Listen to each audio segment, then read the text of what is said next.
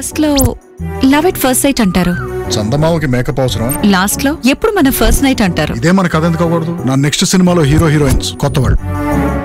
ముందు క్యారెక్టర్ అని నన్ను ఫోర్సింగ్, ఆ తర్వాత మాకు ఒక్కరితో క్రాసింగ్. నేనేమో ట్రోఫీ లేని టోర్నమెంట్ ఆడుతున్నా.